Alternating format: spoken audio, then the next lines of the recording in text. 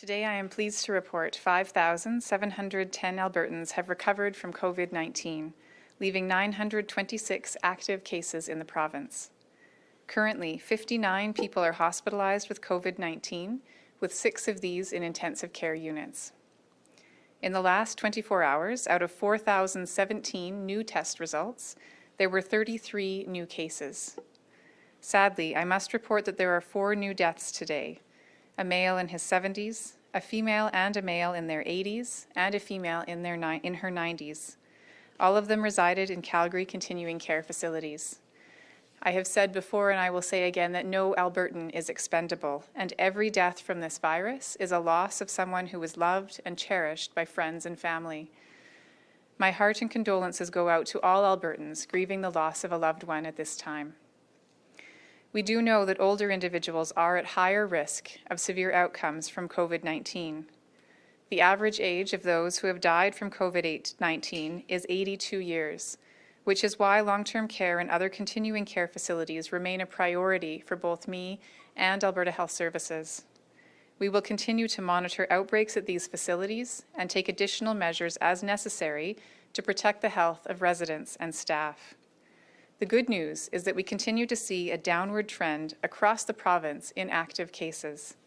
While it is too early to see the full impact of the relaunch, so far, our case numbers have held steady.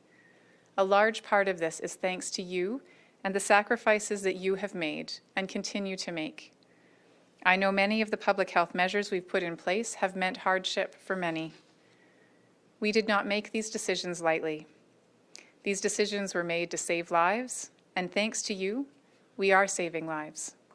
I know that many Albertans, especially those in Calgary and Brooks, continue to be concerned about the more gradual reopening compared to the rest of the province.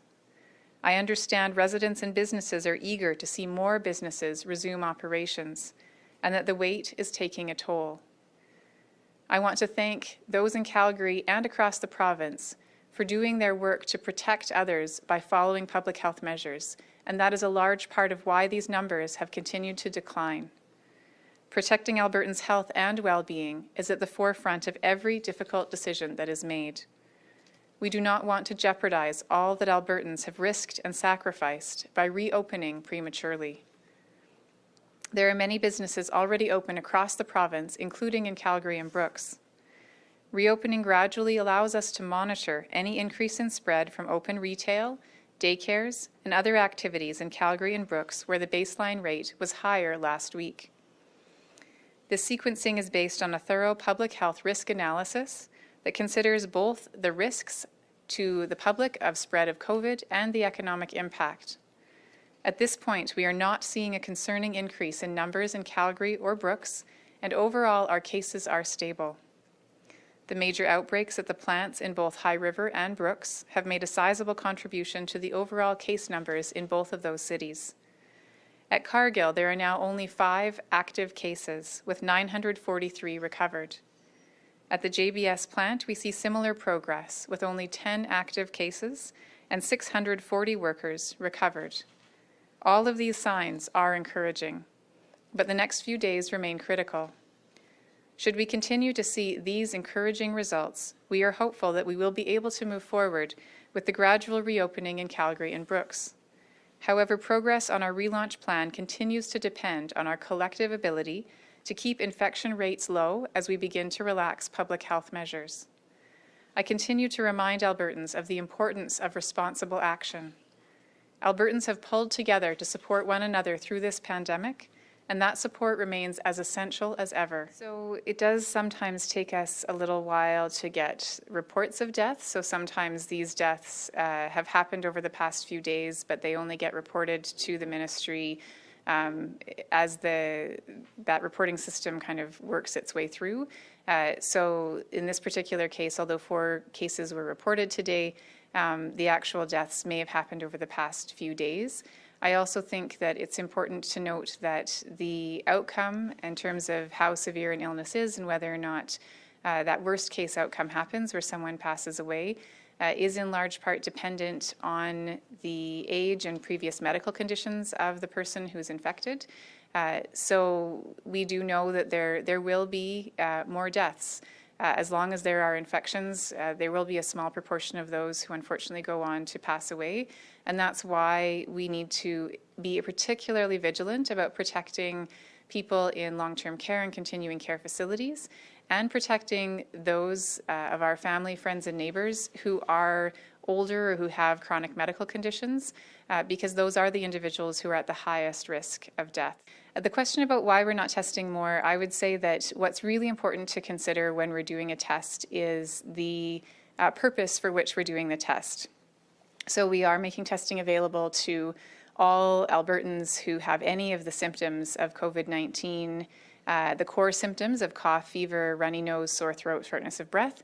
We've also expanded that list. So any Albertans who have any of the more general symptoms that could be associated with COVID-19, such as diarrhea, vomiting, nausea, loss of appetite, loss of smell, loss of taste. If people have a new onset or unusual headache, they would be eligible for testing, new onset of muscle aches or chills. So if people are curious about whether or not they might be eligible, they can go on to the Alberta Health Services website, and there is an online portal for testing, and that is something that will help people know if they can or should get testing. We do encourage people to be tested, but ultimately our public health measures have really reduced the amount of viruses, all kinds of viruses that are circulating. So we do daily polling to understand how many people have had COVID-like symptoms. And when we've asked Albertans how many people have had COVID-like symptoms in the past 30 days, it's only about 8%. So a very small proportion of Albertans have had any of those symptoms. And when we ask them whether or not they've been tested, many of those who've had those symptoms in the past 30 days, which again is a fairly long time, those that haven't been tested, it's because, for example, they have ongoing allergies. So the reason for their symptoms is allergies. Or they've been at home in isolation for a month, they haven't seen anyone, and so they don't actually want to leave for testing because they haven't been in contact with anyone. So I think what's really important to remember is that we're making testing widely available to anyone with symptoms, which is our highest priority for testing. We're also testing in outbreak settings. We're testing close contacts of those who are confirmed cases. And we're doing some additional sampling, such as the Calgary asymptomatic testing, where that's more of a protocol to determine where there might be some population spread. But it's really important to remember that testing many asymptomatic people is not necessary for us to be able to move out of the pandemic. And in fact, doing samples is helping us get a bit more information about where we can use it, where it's most useful, and where it may not be as useful. So I think, again, we have to make sure our testing capacity is used wisely. We need to have that testing capacity if we should see a surge in cases, whether that's within the next few months or perhaps in the fall. I would also like to remind people that that testing capacity that we've put together can be used not just for COVID, but also for things like influenza.